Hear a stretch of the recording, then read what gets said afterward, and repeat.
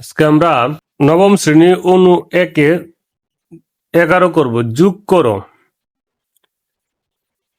আবৃত দশমিক এর যোগ কিভাবে করে আমরা দেখব।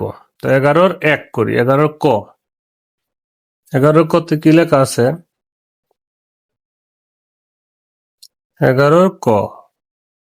কতে লেখা আছে 0.45। এটা পৌনঃপুনিক। যোগ 0 দশমিক যোগ 0.134। 134 এই দুইটার উপর পৌনঃপুনিক। কারণ এটাকে আমরা সাদৃশ দশমিকে আগে স্থানান্তর করে নেব। সাদৃশ দশমিকে স্থানান্তর কিভাবে করব? এই যে এখানে আছে 2 ঘর পৌনঃপুনিক, এখানে আছে 1 ঘর পৌনঃপুনিক। 2 একে 2 ঘর পৌনঃপুনিক আর 1 ঘর খালি। তাহলে আমরা এটাকে 0.455 3 ঘর নিলাম। এটা 0.134। তাহলে এটার উপর দুইটার উপর পৌনঃপুনিক, এই দুইটার উপর পৌনঃপুনিক। হ্যাঁ, এটা কি হলো? এই যে এখন এটা যোগ হবে। 5 আর 4 কত? 9। 5 আর 3 কত? 8। 4 আর 1 কত? 5। দশমিক দশমিকে 0.0.0। তাহলে আনসার কত হবে? দশমিক এই দুইটার উপর পৌনঃপুনিক হবে। এর 2 ঘর পৌনঃপুনিক। তাহলে 0.589 দশমিক দুইটার উপর পৌনঃপুনিক। উত্তর হচ্ছে এটা। আমরা যদি 2 নাম্বার করি, খ নাম্বার করি। খ নাম্বারে দেখব 2.05 এটার উপর একটা পৌনঃপুনিক।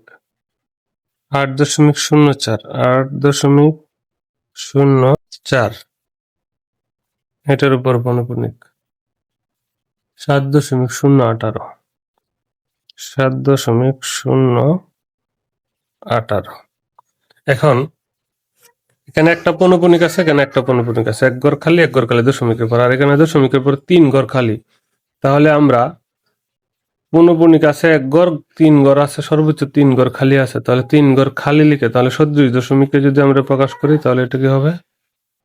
2.0555। 3 ঘর খালি, 1 ঘর পৌনঃপুনিক। এই যে আমরা 1 ঘর খালি, 3 ঘর খালি, 1 ঘর পৌনঃপুনিক দিলাম। আবার এটাতে কি হবে? 8.044। এটা পৌনঃপুনিক। আর এটাতে কি হবে? 7.018। কিন্তু 18 কিন্তু পৌনঃপুনিক তো নাই, তাহলে একটা শূন্যের উপর পৌনঃপুনিক হবে। তাহলে এটাকে যদি আমরা যোগ করি, যোগ করলে কি হচ্ছে? 5 আর 4 9, 9 আর 0 9। এটাকে আমরা যোগ করবো। 9 আর 0 9। 5 আর 4 9, 9 আর 8 17। 17 7 হাতের আছে 1। 5 আর 4 9 10 11 1 হাতের আছে 11 1 0 0, যেহেতু 0 সাথে 1 হয়ে যাবে 11 দশমিক। এটা কি হবে? 7 আর 8 15 16 17 17। পৌনঃপুনিক হবে কি? একটা ঘরের উপর, একটা ঘরের উপর পৌনঃপুনিক হবে।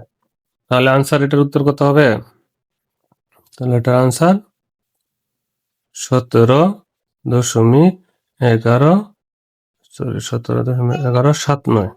এটার উপর একটা পৌনঃপুনিক হবে। 11.79। আমরা যদি গ নাম্বার করি, গ নাম্বারে কি দেওয়া আছে? এখন এটাকে আমরা সাদৃশ দশমিকে কিভাবে প্রকাশ করব? এই তিনটাকে আমরা সাদৃশ দশমিকে আগে প্রকাশ করব। কিভাবে প্রকাশ করব? এখানে আছে 3টা, এখানে আছে 2টা, এখানে আছে 1টা। তাহলে 3 2 1, 3 দুগুণে 6, 6 একে 6, 6 ঘর পৌনঃপুনিক আছে 6 ঘর, আর 2 ঘর আছে পৌনঃপুনিক ছাড়া। তাহলে মোট হচ্ছে 8 ঘর। তাহলে আমরা 8 ঘর বানাবো। এখানে 0.5 কি করবো 0.8 ঘর, দুটো শূন্য খালি রেখে এই 6 যেহেতু পৌনঃপুনিক আরো 6টা দিতে হবে, 1 2 3 4 5 6, 6টা শূন্য 6 দিতে হবে। আর 0.92, তাহলে 92 কেও আমরা 92 92 92 92 এটাকে আমরা এভাবে দিব। এরপরে হচ্ছে 134, তাহলে 0.134, 134 কে আমরা একইভাবে বারবার লিখবো, 134 134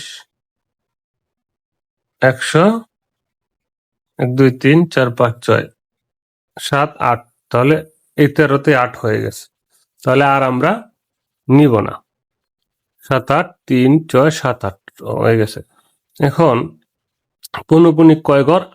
1 2 3 4 5, 3 দুগুণে 6, 6 একে 6, 6 ঘর পৌনঃপুনিক, 1 2 3 4 5 6, এই যে 6 ঘর, এই 6 ঘর পৌনঃপুনিক, এই 6 ঘর পৌনঃপুনিক, এই 6 ঘর পৌনঃপুনিক।